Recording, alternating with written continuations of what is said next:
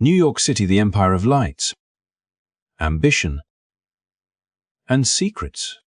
But beneath its glittering skyline once thrived a darker world, one ruled not by politicians or businessmen, but by men who dealt in loyalty, fear, and blood. Among them was a figure whose name would one day send chills down the spine of even the most hardened criminals, Roy DeMeo. This is not just another story about organized crime. It is a descent into the hidden machinery of the Mafia, a network where friendship was currency. Betrayal was inevitable, and survival meant doing the unthinkable. Roy DeMeo was not born into that world. He built it one calculated move, one violent decision, and one dangerous alliance at a time. In the 1970s, the American underworld was at its peak. The Gambino crime family stood at the top, their power stretching through unions, banks, and city streets. But as their influence grew, so did the need for men who could handle the family's darkest business, those willing to silence problems without leaving a trace. That is where Roy DeMeo came in. Smart, ambitious, and chillingly efficient. He became the man who did what others could not. From the outside, DeMeo looked like any successful Brooklyn businessman. He owned a car leasing company, lived in a quiet neighborhood, and was known for his charm. But behind that facade, his real office was the Gemini Lounge, a small bar that doubled as the headquarters for one of the most feared crews in Mafia history. Inside those walls, deals were made, debts were settled, and enemies disappeared forever. Over time, whispers began to spread through New York's streets, whispers about a crew that left no evidence, no witnesses, and no mercy. People started calling it the Gemini Method. What really happened behind those closed doors? How did a man like Roy DeMeo rise so high and fall so hard? This documentary takes you inside that world. We will uncover how DeMeo built his empire, how loyalty turned into madness, and how even the most powerful men in organized crime feared the monster they had created. If you are fascinated by true stories of crime, power, and human darkness, you are in the right place. Make sure to like, subscribe, and turn on the notification bell, because what you are about to witness is not just history, it is a chilling reminder of how ambition, greed, and fear can destroy everything they touch. This is the story of Roy DeMeo, the man behind the Gemini Lounge, the enforcer who became a legend, and the butcher whose empire was built on silence. Roy DeMeo's rise was not only about power or money. It was about control, the kind that demanded absolute loyalty and absolute silence. For him, trust was not earned with words, it was tested through action. And those who passed that test became part of something larger than any street crew, a family within a family, a tightly knit circle bound by blood, fear, and secrecy. At the center of it all stood the Gemini Lounge, a small, unassuming bar on Flatlands Avenue in Brooklyn. To outsiders, it was just another neighborhood spot where men came to drink, laugh, and talk business. But to those who knew, it was the heart of DeMeo's empire, a place where life and death often walked in together. And only one ever walked out. DeMeo handpicked his men with precision. Each had a purpose, each knew their role, and all shared one common trait: unshakable loyalty to Roy. They were not gangsters in expensive suits or flashy cars. They were professionals, methodical and disciplined. Chris Rosenberg, a young man DeMeo had mentored since he was a teenager, became one of his most trusted soldiers. Others soon followed: Henry Borelli, Joseph Tester, Anthony Center, and a few more who would form the backbone of what came to be known as the DeMeo crew. Together, they moved with quiet efficiency, a shadow force within the Gambino family that handled jobs no one else dared to take. Inside the Gemini Lounge, the air was always thick with cigarette smoke and tension. Music played softly. Glasses clinked, and behind the laughter of regular customers, deals were being struck that could change lives in an instant. Down a narrow hallway behind the bar was a private room, plain, soundproof, and always locked. That room was where problems were solved permanently. The crew had developed a system, one that DeMeo called clean and quick. When someone was brought in, everything followed a precise routine. It was not chaos but calculation, designed to leave no mess, no trace, and no questions. The Gemini Lounge became more than a bar. It became a symbol of fear wrapped in normalcy. People would walk by its front door every day, unaware of the secrets hidden just beyond the walls. Even among other mobsters, whispers of what happened there spread quietly. The stories were too disturbing to believe yet consistent to ignore. It was not about the number of people who vanished, but about how completely they disappeared, as if they had never existed at all. The crew's efficiency became legendary within organized crime circles, a dark craft that ensured their reputation for absolute effectiveness. But what made the DeMeo crew so dangerous was not just their method. It was their loyalty to Roy. He had created an atmosphere of dependency, where his men looked up to him not just as a leader, but as a protector, almost a father figure. They admired his intelligence, his confidence, and his ability to make problems vanish. DeMeo, in turn, gave them money, respect, and the illusion of safety. Within that bond, morality blurred. Each member began to see their violent acts not as crimes but as part of a greater code, one built on loyalty and survival. DeMeo managed his empire like a businessman. He used his legitimate car leasing company as a front for his operations, laundering money and moving stolen vehicles while simultaneously running side businesses in loans, drugs, and extortion. Everything connected back to the Gemini Lounge, the nerve center, where money was counted, plans were made, and lives were decided. It was there that Roy often sat in the back booth, a glass of scotch in hand, going over ledgers as if running a corporate meeting, his mind always 2 steps ahead. As the crew's influence grew, so did their confidence. They began operating on their own terms, expanding beyond the boundaries set by the Gambino bosses. Their profits soared, and their reputation hardened into myth. Yet behind every success story was a shadow of paranoia. DeMeo knew that power came with attention, and attention was dangerous. The more his crew accomplished, the more they risked drawing eyes from both rivals and law enforcement. Still, he could not stop. Control had become his obsession. The Gemini Lounge buzzed night after night, the same faces appearing at the bar, the same laughter echoing, but the tension beneath it all never disappeared. Those closest to Roy began to notice subtle changes in him. His once calm demeanor gave way to restlessness. He started carrying a gun everywhere, even at home. Sleep became rare, trust even rarer. He had built a machine that functioned too perfectly, one that no longer needed to be told what to do. The loyalty he demanded had become a weapon that could turn back on him at any moment. Yet, despite the cracks forming in his empire, Roy DeMeo remained the man everyone feared to cross. His word was law, and the Gemini Lounge continued to operate as though nothing had changed. Through it all, the crew never questioned him. They followed orders, collected payments, and took care of business the only way they knew how. But every empire built on fear has its limits, and DeMeo's was no exception. The same precision and ruthlessness that made him powerful also isolated him. Inside that dimly lit bar on Flatlands Avenue, where so many secrets were buried, the walls were closing in. The Gemini Lounge, once a symbol of untouchable authority, was slowly becoming a cage of his own, making a place where the echoes of laughter were drowned by whispers of betrayal. And somewhere deep down, even Roy DeMeo must have known that the same loyalty that built his empire would one day demand its price. Inside the Gemini Lounge, what had once been a simple room tucked behind the bar evolved into something far more disturbing, a place where Roy DeMeo's crew developed their own chilling routine.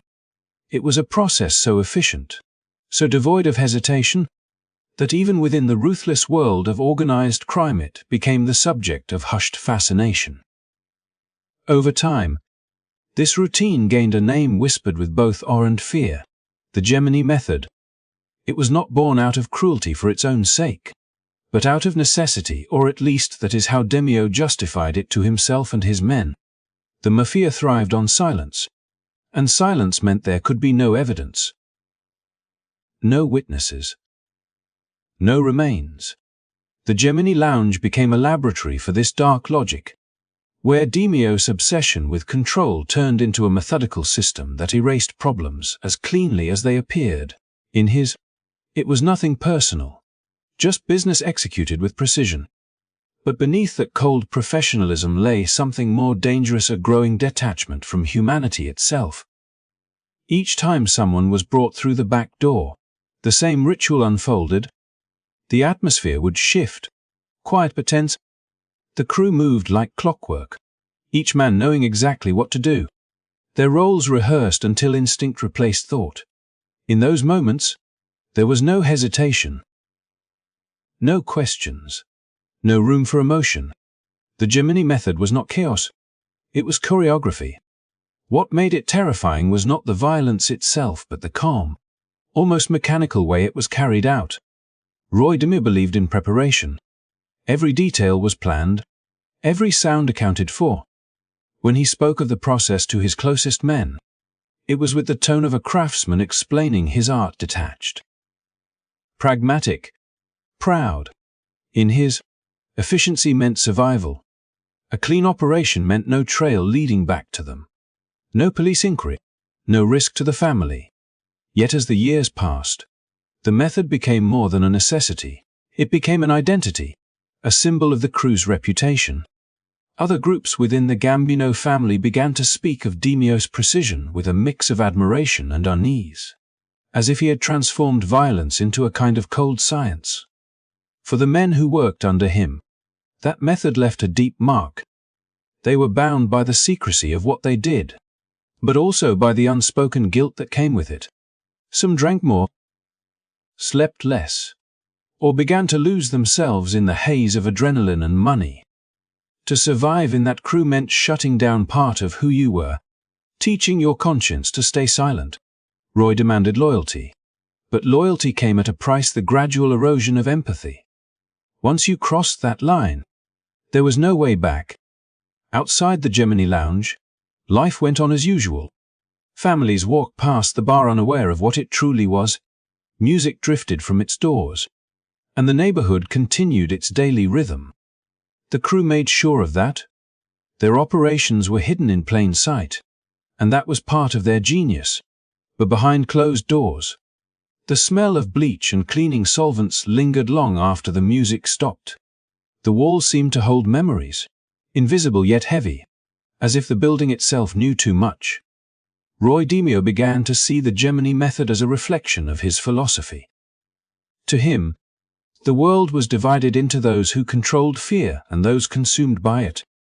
He had chosen the first path and built an empire on it. The precision of his method gave him a sense of invincibility, as though he had outsmarted not only the law but also fate itself. But power built on such darkness is never stable. The more confident DeMeo became, the deeper the cracks began to form beneath him. Some within the Gambino organization started to question whether he had gone too far. Whispers reached the higher ranks that DeMeo's methods were drawing too much attention, that his appetite for control had turned into something uncontrollable. Law enforcement had begun to notice patterns: missing persons, stolen cars, and faint traces that somehow always led back to the same place in Brooklyn. DeMeo's perfection was starting to betray him. The Gemini Method, designed to eliminate all evidence, was now creating the very attention he wanted to avoid. Inside the crew, unease grew. Men who once felt untouchable now carried their own fear. They had followed DeMeo for years, believing in his system, trusting that he could protect them. But as the investigations closed in, they began to wonder whether their leader's genius had become their curse. Some tried to distance themselves, others stayed out of fear or misplaced loyalty. DeMeo sensed it. He could see the doubt in their eyes, the hesitation in their voices. That realization haunted him more than any enemy could. Still, he refused to stop. The Gemini Method was his creation, his legacy, and he could not let it die. Each new job became a test of dominance, a way to prove that he was still in control. But in truth, the method had begun to control him. The same precision that once protected him now trapped him in a cycle of paranoia and self-destruction. Every knock on the door, every unfamiliar face on the street, became a reminder that his perfect system had limits. In the end, the Gemini Method was more than just a way to eliminate problems. It was a mirror reflecting everything that had gone wrong in DeMeo's world. It showed how logic could become madness, how professionalism could turn into obsession, and how the pursuit of absolute control could erase the very humanity it was meant to protect.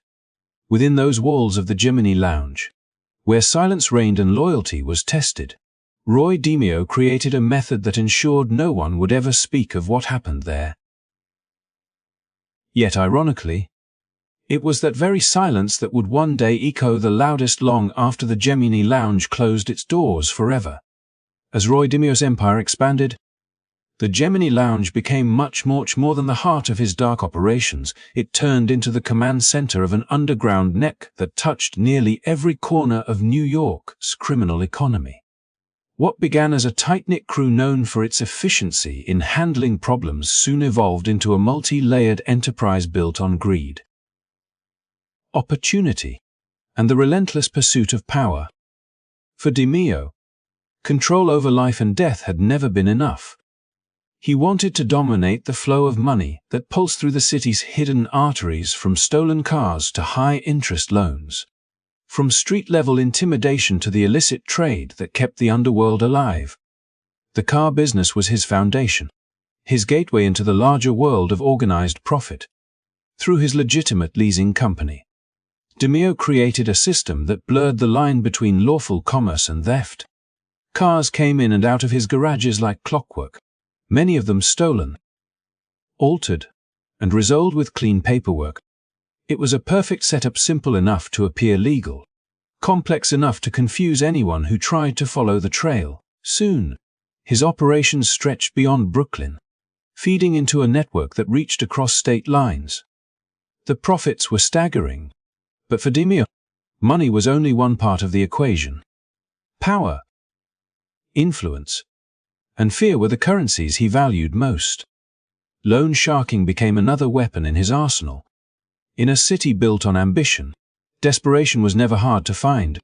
Small business owners, gamblers, and working men who found themselves in trouble often came knocking at DeMeo's door, hoping for a lifeline. What they got was something entirely different. Once someone borrowed money from Roy, they belonged to him. Payments were extracted with quiet efficiency, and no one dared to miss a deadline. His reputation for reliability made him a preferred lender even among those who feared him most. Behind the charm and easy smile, there was always the unspoken understanding that debts were paid one way or another. Extortion followed naturally. The DeMeo crew began to see opportunity everywhere: in bars, construction companies, nightclubs, and warehouses. They did not need to own businesses. They only needed to control them. Protection money flowed in steadily, each payment a reminder of who truly held power in the neighborhood. The Gemini Lounge became a meeting place for those who wanted to stay on the right side of that power, where envelopes changed hands and agreements were sealed over drinks. To outsiders, it looked like routine business, but behind every handshake was an invisible contract written in fear. As the profits mounted, so did the temptation to reach further. Drugs had always been a sensitive issue within the Mafia. Officially, many families claimed to avoid the trade, fearing the attention it brought from law enforcement. Unofficially, the money was too good to ignore. Roy DeMeo, always the pragmatist, saw it as another avenue for expansion. He moved carefully at first, dealing with trusted intermediaries and keeping his own name off the product.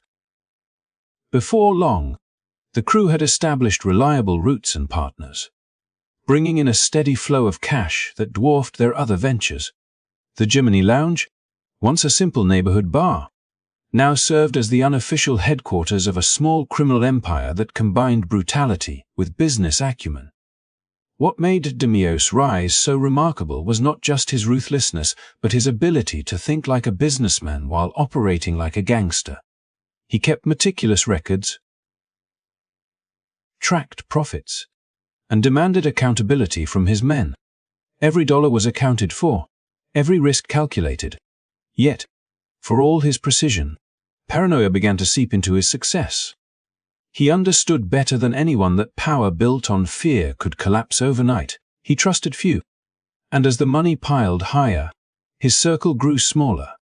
The city around him was changing too. New York in the late 1970s was a place of contradictions glittering on the surface. Rotting beneath, the economy was unstable, corruption ran deep, and entire neighborhoods operated under unwritten rules that had nothing to do with the law. For people like DeMeo, it was a playground. He knew how to exploit the system, how to turn every weakness into an opportunity. But the same instincts that made him successful also drew attention. Law enforcement agencies were beginning to connect dots, tracing the web of car thefts, illegal loans, and extortion that all seemed to lead back to the same names. Within the Gambino family, some admired Roy's sufficiency. Others saw him as a liability. His independence made him valuable but dangerous. The higher-ups liked the profits but not the noise. Every new venture, every bold move, pushed him closer to the edge. And still, he could not stop. To DeMeo, slowing down meant vulnerability, and vulnerability was something he could not afford. He had spent too long building his empire, too many years turning a local crew into a self-sustaining force. As his influence grew, the Gemini Lounge took on a new aura. It was not just a bar or even a meeting place anymore. It was a fortress of power disguised as something ordinary. Inside, laughter mixed with tension, the smell of expensive cologne mingling with sweat and cigarette smoke. Money was counted in back rooms, deals were made in hushed voices, and the rhythm of criminal commerce never paused. Outside, few people would have guessed that one of the most profitable and feared enterprises in New York operated behind its doors. But power built in the shadows carries a cost. The more successful DeMeo became, the more isolated he grew. He no longer trusted anyone completely, not his crew, not his superiors, not even his own instincts. The same money that once symbolized freedom began to feel like a chain around his neck. The city that had once seemed endless now felt like a trap. And though he could still command loyalty with a glance, somewhere deep down he knew that the world he had created was closing in. In that twilight between ambition and fear, Roy DeMeo stood at the height of his power. The Gemini Method had made him legendary, and his business empire had made him rich beyond imagination. Yet, for all his wealth and influence, there was something he could never buy: peace. The walls of the Gemini Lounge that had once echoed with confidence and control now seemed to whisper a warning, one that DeMeo was no longer able to ignore. By the early 1980s, the empire Roy DeMeo had built began to show fractures. The same traits that had once made him indispensable to the Gambino family, his precision, his ruthlessness, his unshakable control, were now turning against him. Success had brought him power, but power had also brought visibility. The Gemini Lounge, once hidden in plain sight, had drawn too many eyes, and whispers of DeMeo's activities were spreading beyond the underworld. Investigators were piecing together fragments of evidence from stolen cars, missing persons, and financial records. What had once seemed like an invisible network was beginning to take shape in the minds of law enforcement, and Roy could feel the walls tightening around him. At the same time, tension within the Mafia was reaching a dangerous peak. The Gambino family, led by Paul Castellano, had begun to fear that DeMeo's ambition and lack of restraint were becoming liabilities. His crew had grown too independent, operating with a freedom that made the higher-ups uneasy. The Gemini Method, though effective, had become infamous. Even other mobsters spoke of it with dread. In a world that thrived on silence, notoriety was poison. The more people whispered DeMeo's name, the closer he came to becoming a problem that needed to be solved. DeMeo sensed the shift. He had spent years navigating the politics of organized crime, understanding how loyalty could turn to suspicion overnight. The very people who once depended on his efficiency were now questioning his judgment. He became increasingly paranoid, carrying weapons everywhere and keeping watch even among his own men. Those closest to him noticed his growing mistrust, the way his eyes lingered too long, as if calculating who might betray him first. What he had built through fear and loyalty was now collapsing under the same weight. Law enforcement had intensified its pursuit, pulling together witness testimonies, informant statements, and financial trails that all led back to the DeMeo crew. The FBI was determined to bring down the entire operation, and every passing week brought new arrests. Roy's carefully constructed empire was unraveling, not with the sudden crash of violence he was used to, but with the slow, relentless pressure of exposure. The Gemini Lounge became quieter, its regulars fewer, its once lively nights now tinged with unease. In private, Roy tried to reassure himself that he still had control, but deep down he knew the truth. The balance had shifted. The Gambino family had begun distancing themselves from him, quietly removing connections, shutting down operations that tied back to his name. He had become a liability. And in the world he inhabited, liabilities did not retire, they disappeared. Roy's intuition, the same that had once guided him to power, now told him that his time was running out. In those final months, he tried to act as though everything was normal, keeping up appearances and continuing his routines. He visited his family, met with his crew, and maintained his businesses. But there was a heaviness in his demeanor, a sense of inevitability that no amount of bravado could mask. The man who had once seemed invincible now lived as though each day might be his last. He knew the code too well. He had enforced it himself countless times. The moment the bosses began to doubt your loyalty or your usefulness, your fate was already sealed. Those who had known Roy longest could see the transformation. The confident leader who once controlled every detail had become restless, distracted, haunted. Nights at the Gemini Lounge were no longer filled with laughter or the usual tension of business. They were heavy with unspoken fear.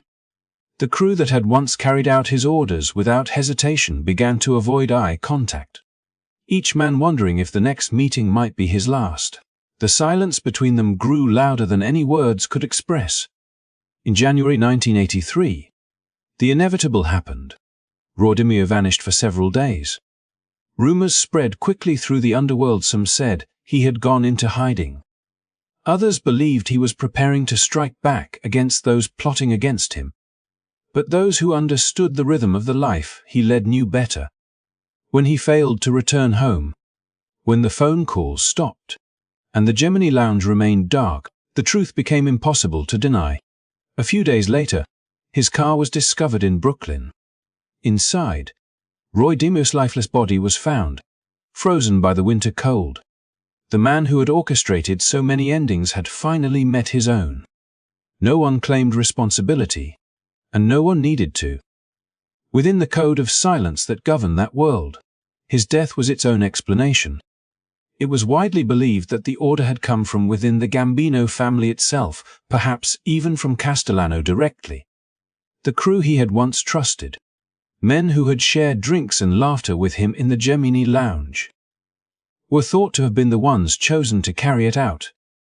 For them, it was not revenge but duty, the final act of obedience to a higher power that demanded balance. In the cold logic of their world, Roy DeMeo's death restored that balance. News of his demise spread quickly, but few were surprised. Some in the Mafia called it justice. Others called it betrayal. To law enforcement, it was both a victory and a frustration, one more piece of the puzzle gone before it could speak. For those who had known him personally, it was a reminder that even the most feared men could not outrun the system they helped create. The Gemini Lounge, once alive with voices and secrets, soon stood empty, its reputation lingering like a ghost over Flatlands Avenue. In the years that followed, investigators would uncover the scope of DeMeo's operations, linking him and his crew to a long list of crimes that stretched far beyond what anyone had imagined. His legend grew in the telling, cautionary tale of a man consumed by his own success. To some, Roy DeMeo was the ultimate symbol of the Mafia's dark brilliance, a man who rose through intelligence and audacity only to be destroyed by the same code he lived by. To others, he was a reminder of how power without limits always turns inward, devouring the one who wields it. In the end, the empire he built at the Gemini Lounge faded into memory, its walls silent, its stories buried beneath layers of time and myth. Yet the name Roy DeMeo endures, not for the wealth he amassed or the loyalty he commanded, but for the inevitable truth his life revealed, that in a world ruled by fear, control is never real, and no matter how powerful, can escape the shadow he casts. As the final chapter of Roy DeMeo's story closes, we are left staring into the shadows of a world that thrived on loyalty, fear, and ambition pushed to its most destructive limits. DeMeo's life, once defined by power and influence within the underworld, ended in the same atmosphere of suspicion and violence that had sustained it. The Gemini Lounge, once buzzing with the false camaraderie of men bound by blood and money, now stands as a haunting symbol of what happens when human greed consumes the last traces of humanity. For years, people whispered about what went on behind those brick walls in Brooklyn, how easily a man could vanish, how a handshake might precede betrayal. But behind the myth and the fear, Roy DeMeo's story is, at its, a cautionary tale about control, corruption, and the illusion of invincibility. He had risen from an ordinary neighborhood kid to a powerful figure in one of New York's most notorious families, mastering the art of manipulation and survival in a system where only the ruthless thrived. Yet even the strongest predators cannot escape the laws of their own jungle. The same methods that elevated him, calculated intimidation, secrecy, and unchecked aggression, eventually turned inward, devouring the empire he built piece by piece. By the early 1980s, DeMeo's empire had started to crumble, not because of law enforcement alone, but because of fear. His crew feared his temper. His bosses feared his recklessness. And perhaps, deep down, DeMeo feared himself. In a world where trust was a currency more fragile than gold, paranoia became his constant companion. His men, once loyal soldiers, began to distance themselves, whispering that their leader had become unpredictable. The Gambino hierarchy, tired of the unwanted attention his violent operations brought, finally made a decision that echoed through every corner of organized crime. Even the most valuable soldier could be sacrificed if he became a liability. When DeMeo's body was discovered in the trunk of his car, it was not just the end of a man, it was the symbolic death of an era when brutality ruled unchecked. The streets that had once trembled at his name grew quiet, but the stories lingered like smoke that refused to clear. Roy DeMeo's legacy is complicated. Some saw him as a product of his environment, a man shaped by the violence and corruption that surrounded him from the beginning. Others viewed him as the embodiment of evil, a reminder of how easily morality can be lost when power becomes the ultimate goal. But regardless of how history judges him, his story serves as a grim reflection of human nature's darker side. Power without conscience always consumes itself. The Gemini Method may have erased physical traces of its victims, but it left behind a psychological scar on the collective memory of organized crime. It forced even the most hardened criminals to confront the question, how far is too far? When we look back at the world Roy DeMeo inhabited, we see not just the crimes or the bloodshed, but the fragile humanity that flickered beneath it all, the misplaced loyalty, the desperation for control, the fleeting sense of brotherhood that could dissolve in an instant. It is a reminder that behind every legend of crime lies a story of self-destruction.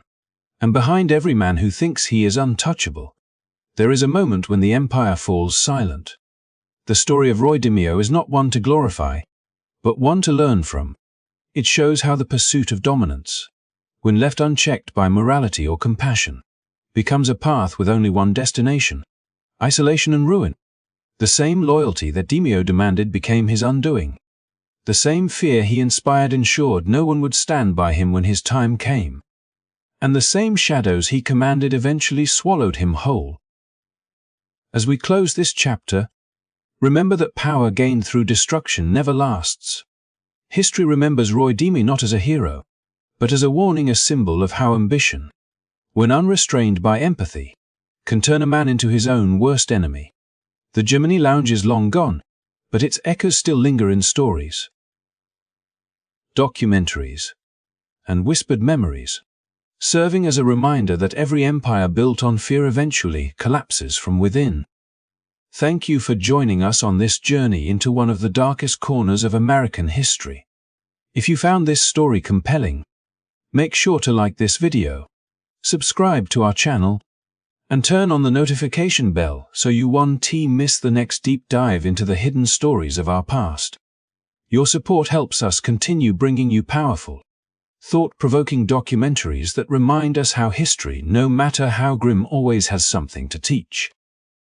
Stay curious, stay aware, and remember, even in the darkest tales, there are lessons waiting to be found.